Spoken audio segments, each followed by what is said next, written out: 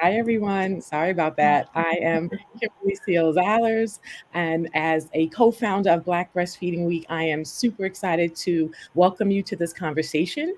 I am also the founder of the Earth app, that's IRTH, the first of its kind Yelp like tool for Black and Brown parents and birthing people to find and leave reviews of their OBGYNs, birthing hospitals, and pediatricians. This year is the 11th celebration of Black Breastfeeding Week, and I am honored to have such esteemed panelists with me to engage in an important conversation about infant feeding in the Black community. So we'll get right into it. I want to start by introducing the other amazing panelists joining me today. First, we have Stacey Davis, who's the director for the Center for Innovative Practices at WIC. In WIC for the National WIC Association. Welcome, Stacey. And we also have Dr. Ifeanyi Asiodu, who's a professor in the School of Nursing at UCSF, and is also the director of the Milk Research Lab there as well. So welcome, Dr. Asiodu, and welcome to Stacey Davis as well. Thank So you. let's dig right in. When we talk about the infant formula crisis, we're here about a little bit over a year later, right? Back in May of 2022, we saw out of stock rates hit as high as 70% and stay there through July. So we're just about a year and a bit afterwards. And we know that due to some of the historical factors, such as lack of policy support, systemic racism, race targeted marketing, and even other factors, created an outsized dependency on infant formula in Black communities. And so the role of organizations like WIC and the role of research and the role of community-centered solutions are just critically important when we think about our relationship in infant feeding and our history in infant feeding. So we'll start there. What are some of the community-centered solutions that you saw arise and support that you think are worth highlighting? Stacey, you want to start? Sure. So I think we saw in WIC like an increase of mothers desiring to breastfeed, relactate.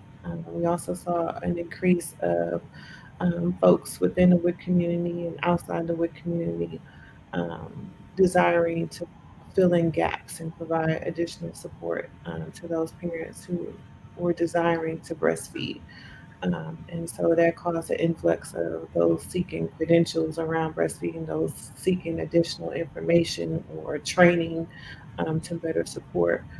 We've seen an increase of organizations seeking to support individuals in breastfeeding, filling in those gaps, providing that continuity of care between community and hospital.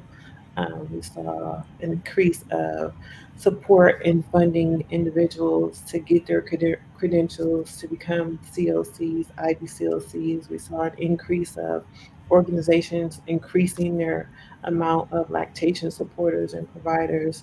I think it's been an all hands on deck type of mentality around ensuring that should something like this arise again, that families have the support and the tools and the resources that they need in order to be successful. Yes, couldn't agree more. Dr. Asiodu, what are your thoughts about some of the things that you saw come up and arise from the community in terms of solutions to this crisis? I would echo a lot of what Stacy shared. In addition, there are a lot of increased interest in donor human milk. So, families and individuals seeking donor human milk from hospital based milk banks, in addition to community based um, milk banks, in addition to an increase in community milk sharing. And so I think that was one of the biggest community driven and centered interventions that we saw. Really, communities helping communities, right? To that point around relactating, we saw individuals relactating so that they can support other individuals in their communities who wanted to provide a completely human milk diet for their infants. We also saw those who were probably planning on weaning decide, you know what, I'm going to continue to do this just for a little bit longer, not knowing or being unsure in regard to when the infant formula shortage would be addressed. We also saw, to Stacy's point, that increase in lactation support, or that increased need or wanting in regard to lactation support. So you have this infant formula shortage, and so of course there are individuals and families who also wanted and needed infant formula. But there were also those who were utilizing infant formula who were then concerned about the safety of infant formula. And so that really drove an increase in wanting alternatives in terms of human milk, donor human milk, community milk sharing options. In addition to those who have the means seeking infant formula from outside of the US, prior to the Biden administration starting to bring in formula from our European partners. Yeah, I think that's so important that you bring up human donor milk, because I think we always have this conversation in a very binary way. It's either mama's milk or infant formula. And actually, there are a number of things in between that can Mhm. serve, if breastfeeding is going to end, or that person needs some sort of supplementation, or they choose another path. And so I think it's important that we always um, understand that there are other options, and it's not just about going simply from the breast to the bottle, or I should say just from mama's milk to formula, but there can be some other options in between, really, really critical. Um, Right. you know, and making sure that that is part of the conversation as well, so that we can understand how we can what are all the options that we can have in those situations. Stacey, I want to ask you, I mean, WIC has been such a key player and has a potential of being such a key player in maternal health. And we know that WIC has been a tremendous supporter of breastfeeding, but we also know that WIC is the largest purchaser of infant formula in this country. And so, how do you, as the director, kind of really think about one, sharing with us some of the things that you've been doing to create this, great platform around breastfeeding, but how are you battling that perception? Right? Because I think the perception in the community can also be that WIC is where I go to for free formula, but we know that WIC is also we can go to for amazing breastfeeding support, amazing peer counselors who are from the community. So, what are some of the strategies that you could share with us, and how are you battling that? And maybe that's my perception. How are you battling that perception that, and how do you use that to propel your work forward? Yeah, I know that WIC is tradition. Well, it's not WIC is the largest purchaser of infant formula. It's USDA is the largest purchaser of infant formula. WIC is the largest organization who employs lactation supporters and professionals, for sure, more than any other entity, hospital systems, community-based organizations, and so forth. And so what I've been striving to do as director of Center for Innovative Practices is setting NWA and WIC up as being the lead in providing lactation support to the community, because we provide breastfeeding support from breastfeeding peer counselors, certified lactation educators, and such, and also IBCLCs.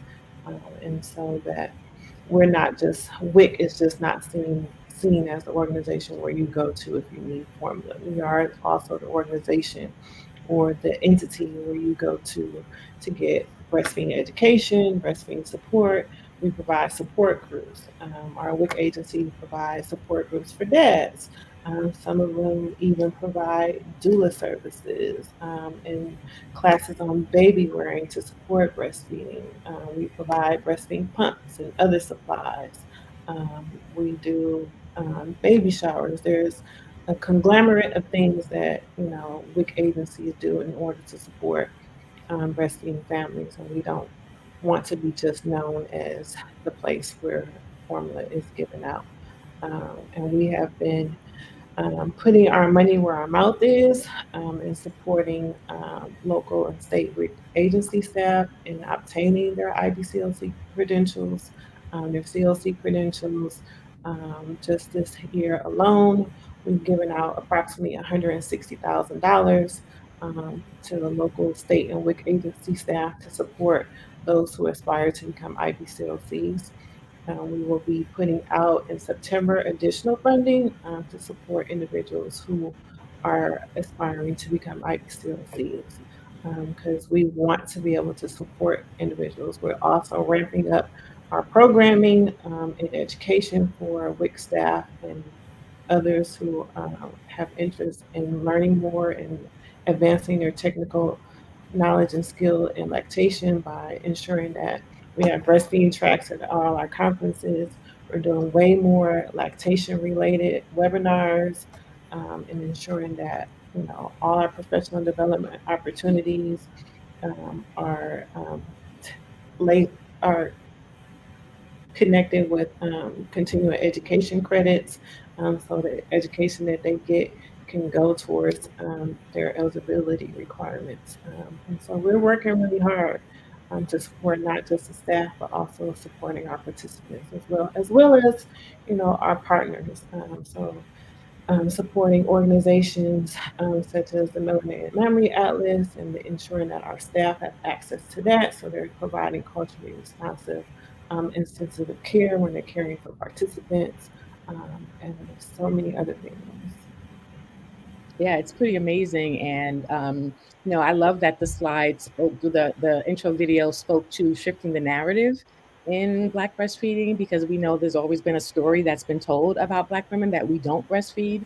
But one of the things that's so interesting that we're seeing, particularly even in our Earth App data, where we ask specifically about their experience with lactation consultants, is that people, it really matters, right? We see so many reviews where people are talking about the lactation consultants, talking about how much they wanted to breastfeed, talking about what didn't go well for them, and that they were hoping for better support from a lactation consultant.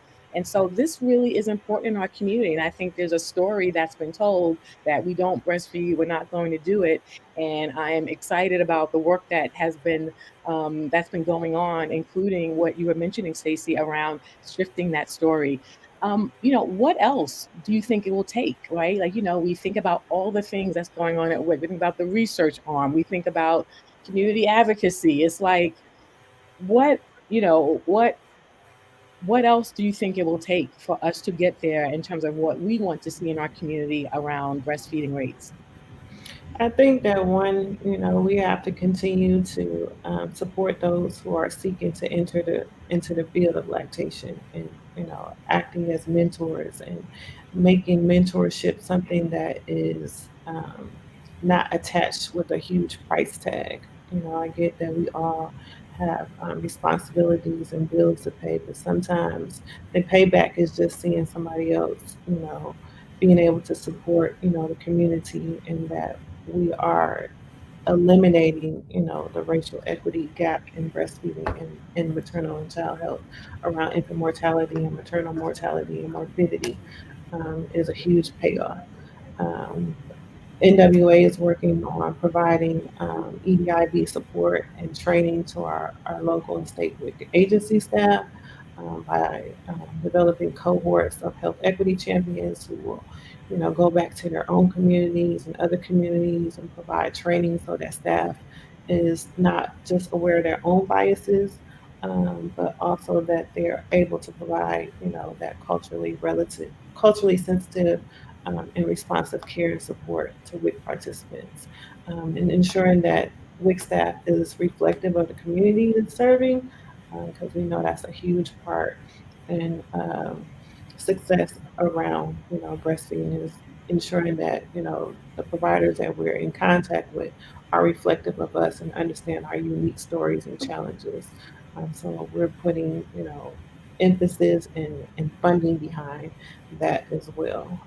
I think that we all need to work more collaboratively, within our organizations, especially, big box organizations, bringing those who are not those more community-based grassroots organizations along as we're getting funding and collaborating with them on different projects, so that you have that continuity between communities and different organizations. I think is important too.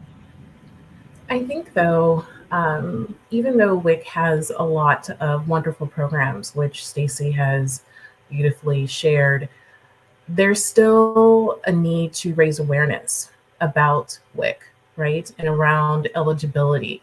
What we saw during the pandemic, WIC revised its income requirements, right? And so there was an increased number of individuals and families who would be eligible for WIC. And often we hear from those who potentially could benefit from WIC that they didn't know or that they didn't think that they were eligible. And so I think also in terms of all of the great work that WIC has done to expand its services, also in terms of the messaging and outreach, is also needed in terms of rethinking and reimagining who are WIC participants and who could potentially benefit from WIC. I think is also an important opportunity to think about. In addition to, I think when we're having this discussion about how can we really shift the not only the narrative but the outcomes that we're seeing, that we really need systemic and structural solutions, right? So thinking about at the national and federal levels, increasing funding to the WIC program, increasing funding to the CDC, who also supports a great deal of human milk feeding and lactation efforts throughout the country. Also ensuring that the McV programs, the home visiting programs that receive federal funding, also have important human milk feeding and lactation components to those programs, right? Also ensuring that community-based organizations and those programs and organizations that are led by racially minoritized individuals and our LGBTQIA plus individuals are also well funded and well supported, right? And so that, to Stacy's point, that those who are doing the work continuously can continue to do the work that they're doing, and so that individuals and families can receive support from those who are based within their communities, but also those who look like them, and can share lived experiences. And because we know that that's also really important. We need to see increased diversification of our lactation workforce. Right now, it is predominantly a white workforce, but we know that the demographics of pregnant and postpartum and lactating people is much more diverse in our country right now. And so we definitely need to see an increase. And we also need to see an increase of lactation support persons across the profession spectrum, right? Not only calling for IBCLCs, which is important, but we also need breastfeeding peer counselors, CLCs, CLEs, because everyone who has may have a challenge or an issue with lactation may not need an IBCLC. They may need just a peer counselor, someone to be there to really support them and talk through some of the initial challenges that they may have, and could really just benefit from our other breastfeeding lactation support providers. So again, really thinking about systemic and structural solutions, also calling in hospitals. We hear this a lot in our research and focus groups that we've been conducting across the country. While hospitals, we've seen an increase in them hiring IBCLCs, it's often with the caveat that they need to be RNs as well. And so puts a huge limitation. If we're seeing, if we're also advocating for an increase in diversity within IBCLCs, but not everyone is an RN and not everyone needs to be a registered nurse, right? To be an IBCLC in a hospital setting. And so I think there are a number of policies and practices that we could address, revise, and review to also ensure that we're seeing the outcomes that we really want and need. Yeah, I mean, I don't think it's lost on any of us when we think about policy that when the infant formula crisis was happening, much of the government response was about putting money toward buying formula and no money toward increasing breastfeeding supportive services in our country, right? That what could have been money could be used to increase, representation of lactation professionals and, supporting the education. Many of the things also that Stacey has mentioned. And so, this idea of valuing breastfeeding as an important way of making sure that one, we have optimal maternal infant health in our country, but also, being preventative and prepared for if this supply chain crisis could ever happen again, because I always say feeding your baby with your body is the, most important emergency preparedness for anyone with a child, right? And so, we see that this story about what breastfeeding is, how important it is, chest feeding, body feeding, is not always valued and aligned with what systems, are supporting and putting money to, right? Yeah. Agreed. I think it's important to note that we don't have a national infant and young child feeding and emergencies policy, right? And that's something that would have been significant and important to have not only during the infant formula shortage, but during the pandemic, right? Which continues to be a public health crisis, in addition to the climate disasters and the climate emergencies that we're seeing with the increased hurricanes and flooding and the wildfires and earthquakes and things of that nature as well. Often, when emergency preparedness is discussed, pregnant and postpartum people and parenting and families are often excluded from those guidelines and those policies and practices. And so that's also an opportunity as well to ensure that we're thinking about lactating people during those times.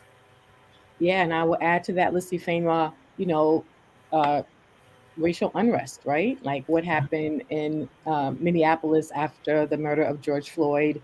Shopping stores were destroyed, all these things created an infant feeding crisis, right? And we can go back to Mhm. Flint for other types of other examples where in those times we need policies in place to support those who are lactating and feeding their babies with their bodies. So important that we understand that. I think breastfeeding often happens at a very individual level conversation, my choice, and I can and I can, and I don't have support. But there are policies and systems that need to be in place for families to successfully do that. And it needs to be, more than, great, even organizations like WIC, but it needs to be also on a different level so we have the policies in place. Dr. Asioto, I want to turn to you briefly to talk about research. One of the things that Mhm. has been really interesting in my journey as a breastfeeding advocate is looking at the world of research and coming into this conversation and learning about this area where there's a lot of talk about evidence-based research. And as I was digging in, I kept asking the question, evidence-based on whom, right? Because much of the evidence base did not include Black and other women of color. And I know that you've been behind a strong movement to increase lactation research, but also not just lactation research about us, but by us. So tell us a little bit about what you're doing at the Milk Lab and where we are in the state of Black breastfeeding research. Yeah, no, thank you. That's such an important question. One, I think we are in an exciting place, would want to say, in regard to Black human milk feeding and lactation research. When I started in this field, when I was doing my doctoral work, there weren't that many Black breastfeeding and human milk feeding and lactation researchers.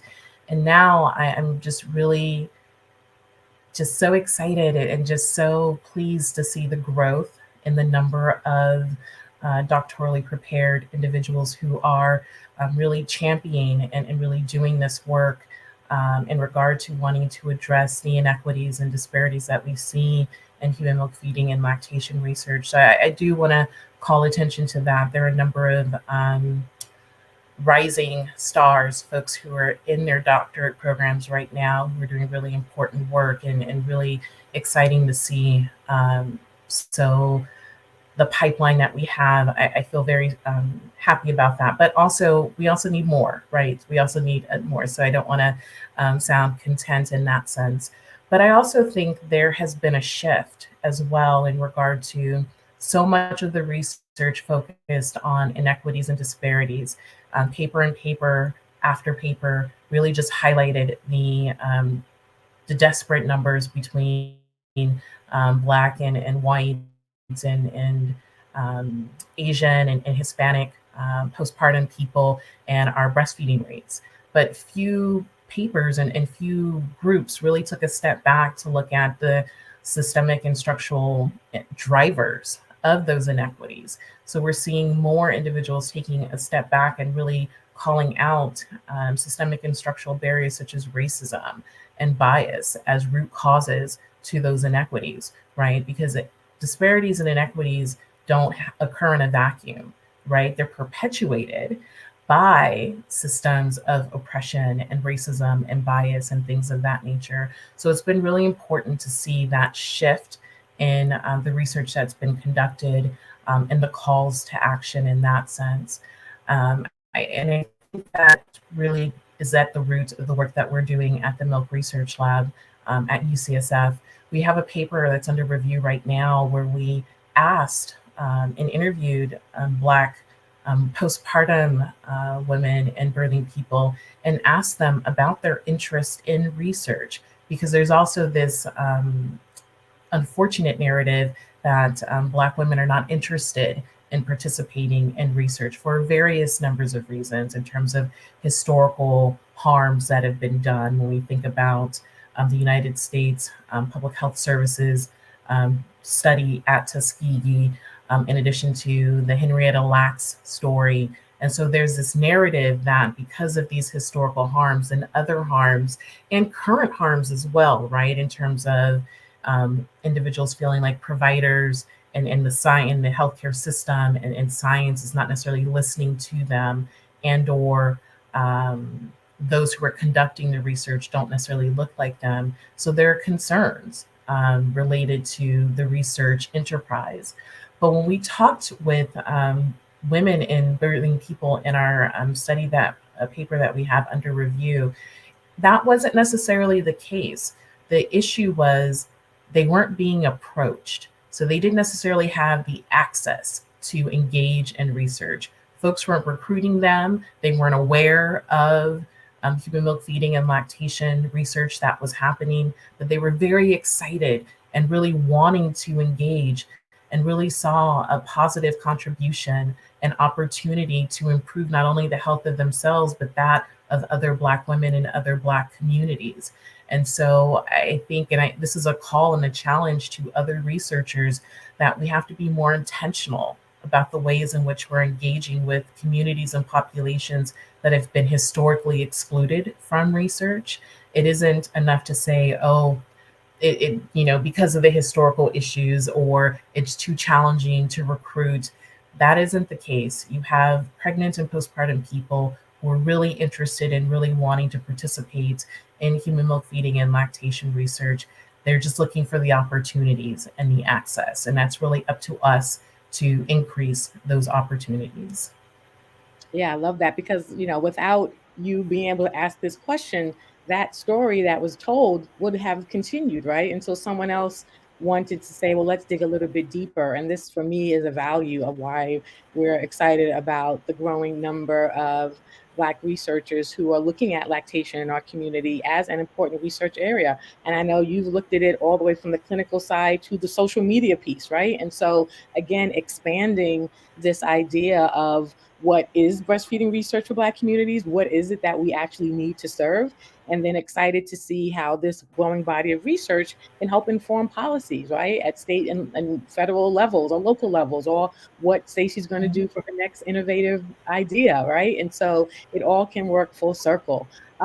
We talk a lot And about I think breastfeeding. also to just to piggyback off of that, I think also when we're thinking about the importance of Black researchers and other racially minoritized researchers, it's important because of the questions that are being asked, right?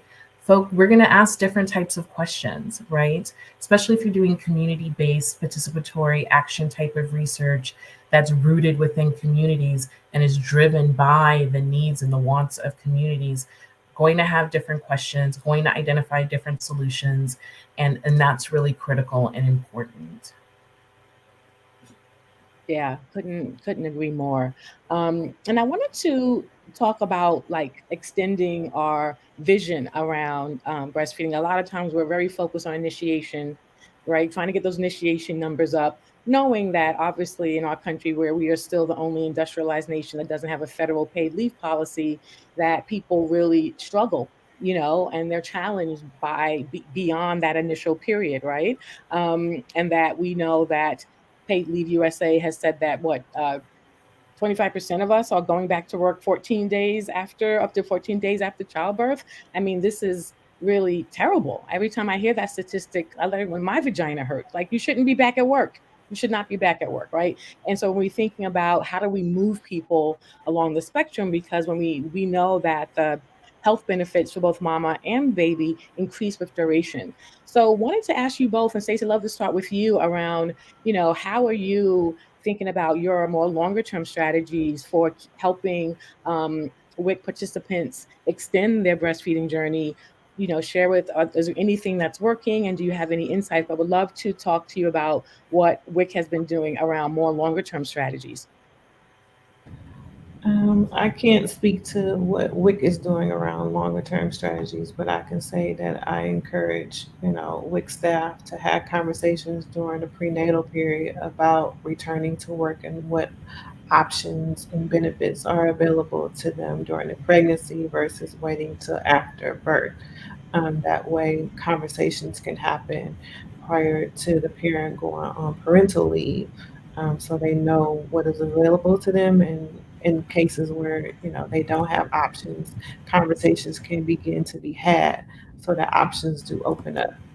NWA is always supporting our partner organizations in their advocacy and efforts around supporting policies around parental leave, ensuring that parents have rights to, pump and breastfeed wherever they are, ensuring that they have workplace policies to support, their breastfeeding or chest feeding journeys, as well as it is very important to us. So we may not necessarily be leading particular efforts, but we are definitely in support of those efforts and doing everything within our power and our means to be supportive. Yeah, I want to lift that up, and I think oftentimes we put the onus at the individual level when really when we're thinking about the extension of uh, lactation, we should also be thinking about where are lactating people going after. If they're not at home, then they may be at work, they may be going back to school. And so really putting the onus back on employers, on universities and school settings. How are they supporting their staff and their learners, and then when they're coming back to those environments after they've given birth? While paid family leave is really critical to seeing increases in exclusivity and duration, but also having access to lactation accommodations, both in the workplace and also within the school environments, is also critical. We saw the legislative win with the Pump Act this year, or actually last year, I think, which saw increases in break time for postpartum people so that they can pump. but also making sure that not only at the individual level that folks are aware of these policies and practices, but also that the employers and also that faculty and staff at universities and in colleges and community colleges are aware of these policies and practices as well, so that they too can be supportive in helping individuals who are wanting to continue to provide human milk for their infants continue to do so safely and not feel that they have to put their jobs at risk to ask for this break time or to ask for the lactation accommodations that they are eligible to have access to and that are their rights. Mhm. And I Yeah. think, and also to say, like, if we have an importance and a duty and to educate families about breastfeeding, but we also have an onus and a duty and a responsibility to educate or to empower parents to advocate for themselves. Because I think advocacy at the individual level is more powerful than organizations trying to advocate on their behalf. So if we have more parents speaking up for their own rights and saying, this is my right. I know this is my right. You know, I'm entitled to do this. You're responsible for ensuring that I have this. And them putting an accountability back on the organization, the workplace, the who, wherever they are, is more powerful than, you know, us always coming to their defense. I think it's important too. I think it can be an and, right? It doesn't have to be an either or, because there are for some people who aren't in positions of power and privilege to where they don't feel that they can say or advocate for themselves, even if they wanted to, for fear of losing a job, for fear of losing a promotion, for fear of not being able to provide for their families. And so I think in collaboration and in partnership, of course, we want individuals and families to be able to advocate for themselves. But in instances where that is impossible, it's also important to have community partners and community organizations at the local level and at the state level that can do that advocacy for them. I think back to the work of the California Breastfeeding Coalition and the California WIC Association, my time on the board and seeing the past executive director, Robbie Gonzalez Dow, advocating for individuals who would call and say, you know, I just getting ready to go back to work or to school, and I'm concerned because of X, Y, and Z. And so being able to have the state coalition to support you in your advocacy sometimes makes a real difference. And sometimes employers or institutions may be more likely, unfortunately, to engage with um, a state or an organization than at the individual level. And so I think it can be an and, where, of course, we want individuals and families advocating for themselves, but in instances when that is impossible, we need organizations to step into that gap and to really support folks to meet their infant feeding goals. And I will add another and to that, Dr. Asiodu, because many times in our Earth App reviews, we've seen folks advocate for themselves and to be punished for that, right? There are repercussions. Yeah. They refused formula and they Mhm. felt like, I remember reading several of them myself, where people have advocated, they did know their rights, but unfortunately, there were repercussions from hospital staff when they refused formula, when they were asking questions about why is my colostrum not enough, when they were dealing with, I mean, very specific examples of repercussions when they did advocate for myself. So I think there's always an and, but which leads Mhm. me to my next question. But there's always the nuance of advocacy by Black Right. people, right? And what happens to us when we advocate for ourselves, particularly often dealing with people who may not look like us. And so, we can't have a conversation during Black Breastfeeding Week without explicitly talking about racism and bias and the way that has impacted our mothering journeys, our, Mhm. the history of body feeding and breastfeeding in our country, which started, for us during enslavement when we could not. have the agency to feed our babies ourselves, and those things were taken from us.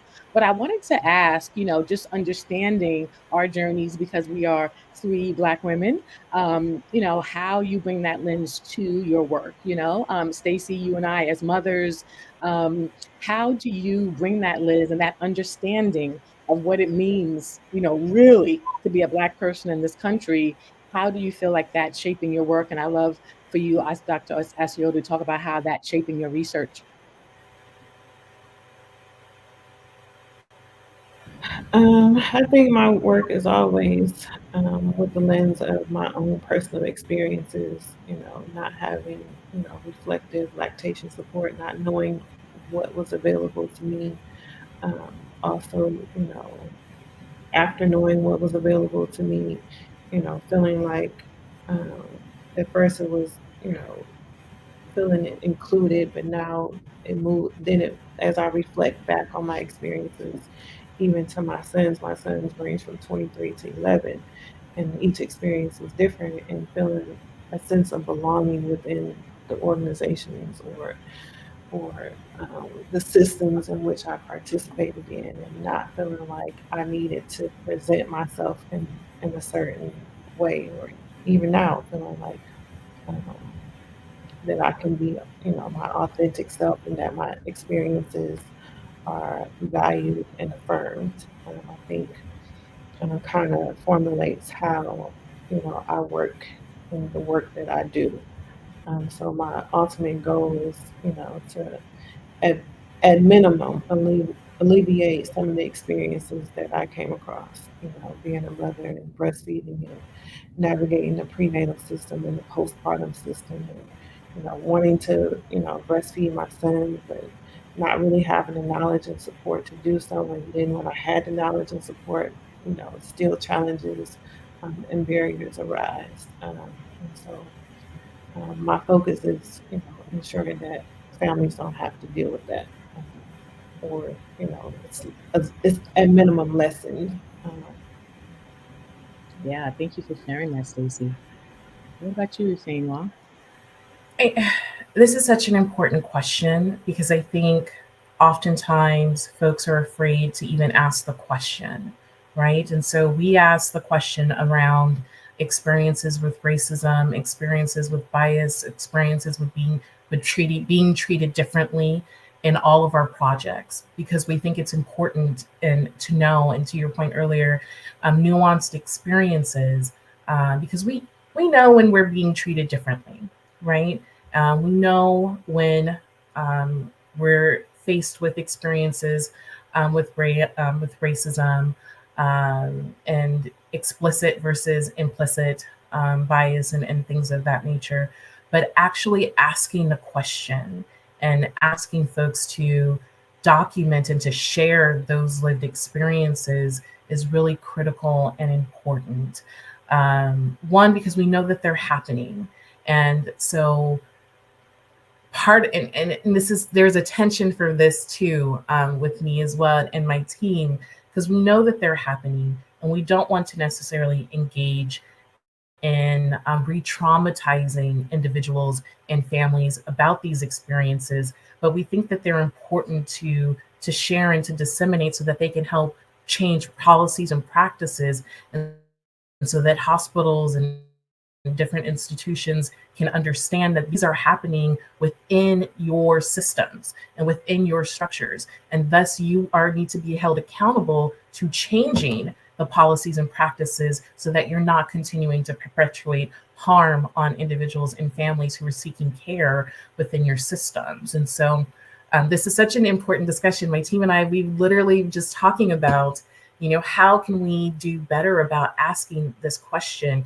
Because a lot of the tools that are validated around experiences with racism are geared more towards lifetime experiences versus experiences specific to the perinatal period. So pregnancy, birth, postpartum, lactation, parenting. And so folks you'll often see will focus on the lifetime experiences with racism and not necessarily get at the current experiences that individuals are having and or focus on one or the other. And so where we've been having discussions around the need and the importance of doing both, because we know that the lifetime experiences of racism also impact health outcomes, in addition to the current experiences that individuals and families are having.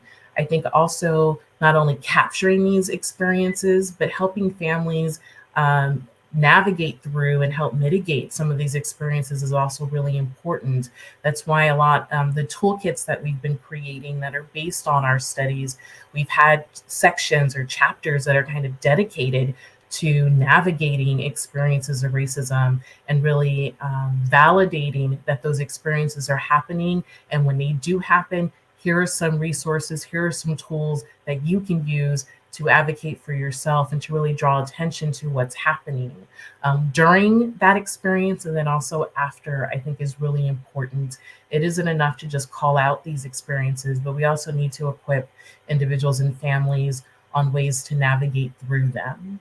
Yeah, I mean, we can't have a conversation about Black breastfeeding without talking about Black motherhood. And, before we move on, it's very important to mention that we had at least two very high profile cases where Black mothers were basically criminalized and penalized. One went to the hospital seeking breastfeeding support and lost her children.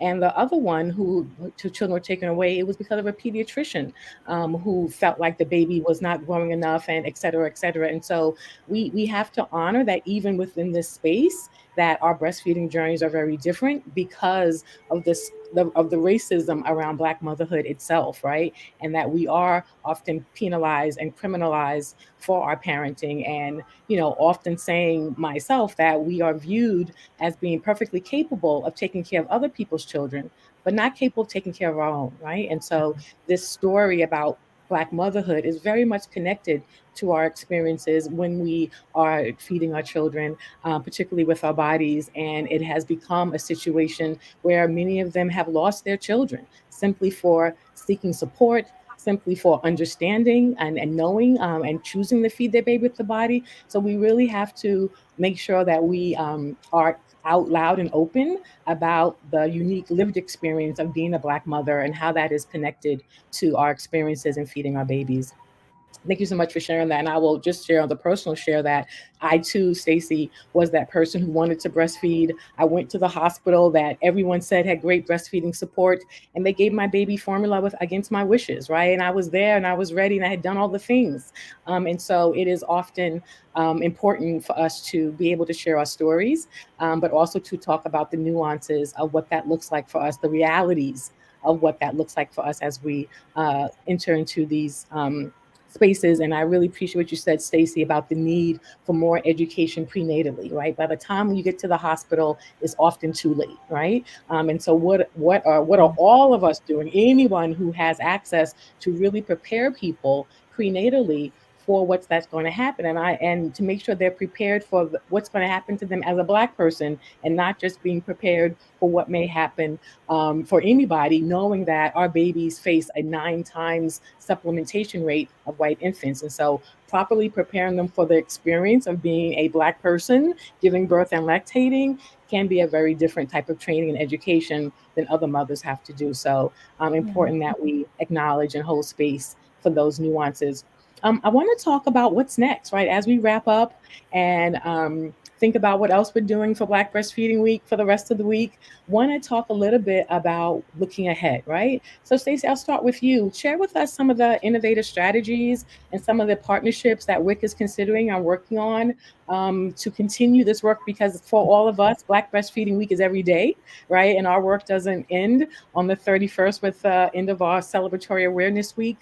So, share a little bit with us about that, Stacey, and I'd love to hear also from you, Dr. Asiodu, and I'll share as well.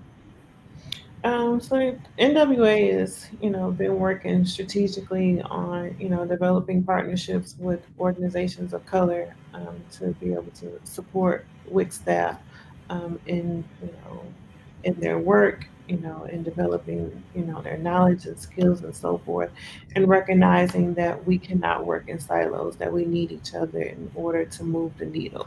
One organization is not superseding another organization in its efforts. It's what we're doing collectively. And so I'm being very intentional about, increasing our partnerships with organizations, community-based organizations, universities and colleges, and so forth. Any entity that is involved in infant feeding, pregnancy, birth, postpartum care, we're trying to expand that.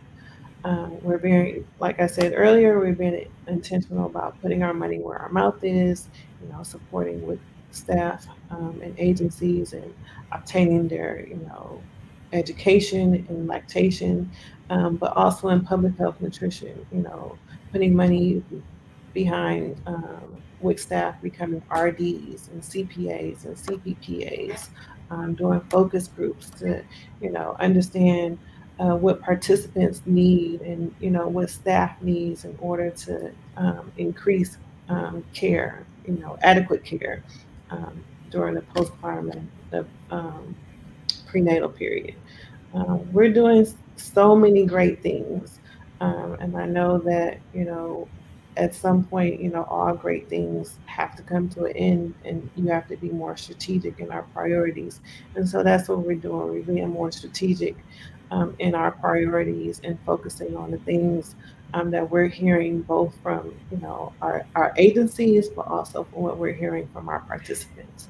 Because we want to ensure that we're being inclusive in all our staff and all our participants feel like they belong within the WIC community. And so we're ramping up our advocacy efforts, ensuring that WIC participants have access to the WIC program and that the WIC program is meeting their needs, ensuring that our food packages are, inclusive and culturally appropriate and have culturally appropriate foods in that aspect, ensuring that, all agencies have access to peer counselors and CLCs and IBCLCs because, like I think what I said earlier, everything doesn't require IBCLC, and we don't want to overexhaust our IBCLCs, and so ensuring that our peer counselors are trained in the things that they can support, and that our CLCs are trained in the things that they can support,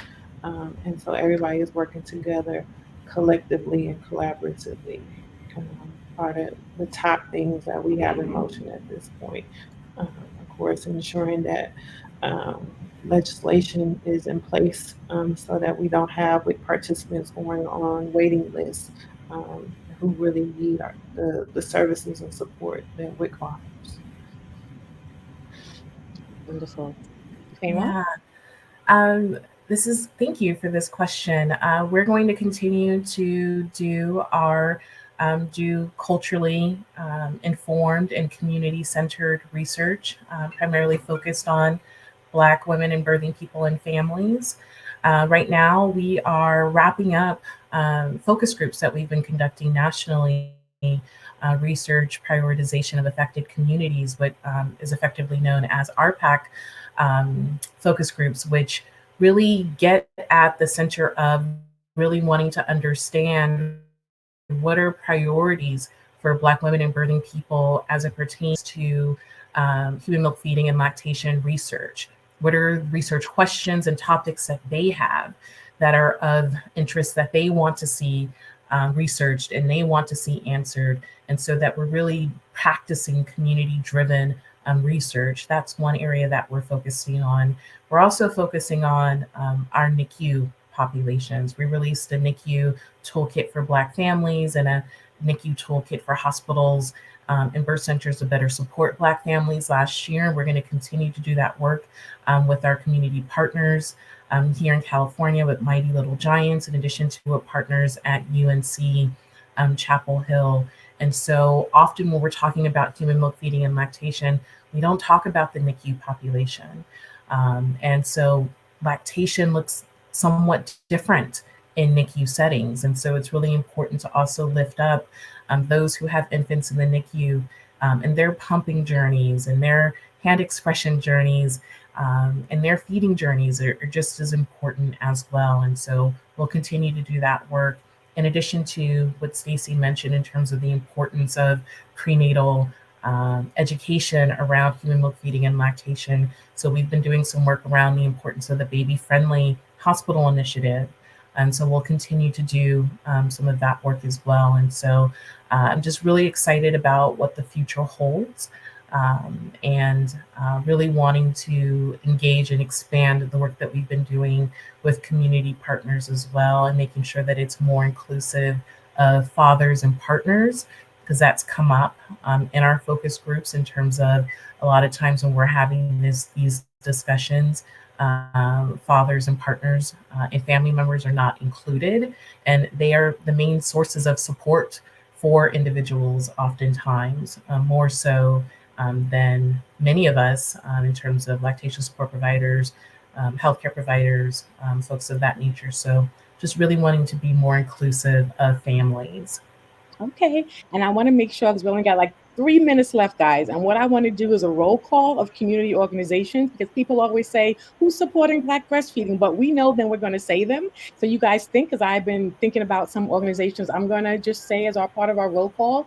And then I know we want to make sure that people know to support, to call their local representatives around supporting WIC to get the funding that it deserves. So great work that Stacey is leading can continue. Here at Earth App, we are always lifting up patient experiences. We have a tool to hold hospitals and health systems accountable to our treatment.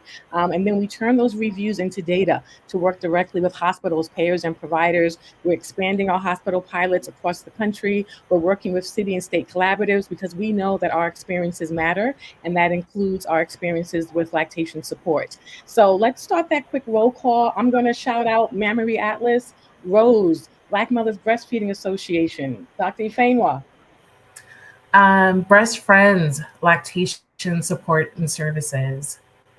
Cinemoms, Stacy, I would say Mama Toto Village, um, Southeast Michigan IBCLCs. There's a ton of them. Black Mothers Breastfeeding Association, chocolate cafes all over the country. Um, so there is Black breastfeeding support out there. We're excited to continue to support community that community centered and community driven breastfeeding support. And I'm excited about all the things that we're doing ahead. Thank you all for coming. On behalf of Earth App and the National WIC Association, I want to thank my amazing guests. I want to make sure that folks have the information to reach out to their representatives around the work that we need to do to support breastfeeding in the WIC community. And Stacey will correct me, 60% of infants in this country are born WIC eligible. It may even be higher now. And so this is an important population that can really help reach our goals for Black Breastfeeding Week and beyond. So I want to thank both of you for joining me today. Thank you so much, Stacey, for sharing your time and your insights. We wish you well in this new journey for innovation for the National WIC Association and all the families that are being served by the program. And we look forward to continuing our Black Breastfeeding Week celebration and seeing you all next year. Happy Black Breastfeeding Week, everyone. Thank Thank you. you.